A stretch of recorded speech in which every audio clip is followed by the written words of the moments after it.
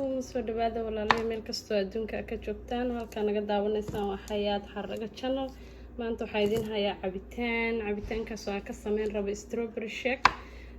waxaan ka sameynayaa strawberry-gan barafkan haleero sokor ah koob caano ah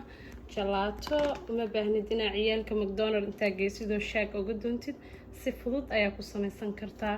waa bilaabeynaa hadda halkan waxaan ku hayaa strawberry sokorti koobkii caanaha ahaay barafka gelatadii aan ku darayaa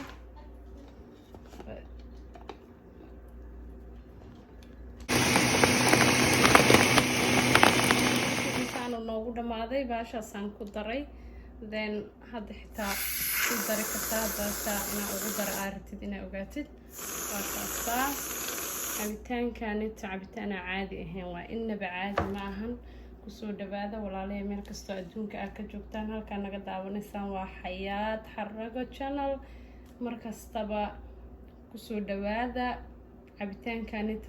caruurta aad ay u jecel yihiin uma baahnid inaa McDonald's sidoo strawberry shake uga doontid waxaan ku dhadhankiisa caadi ma ahan waa cabitaan aad u macaan oo qurux badan lagama sheekeyn karo inaba caadi ma ahan u samee caruurta hawadin banaanka ha geynin inkastoo hadda cudurro wax ay jiraan waxay ka codsadaan guriga ugu sameyn kartaa hadda cabitaankan strawberry shake ka sameeyay waa wax yar oo fudud saacada kaama qaadanayaan waqti kaagama lumaayo waa cabitaan aan inaba caadi ahayn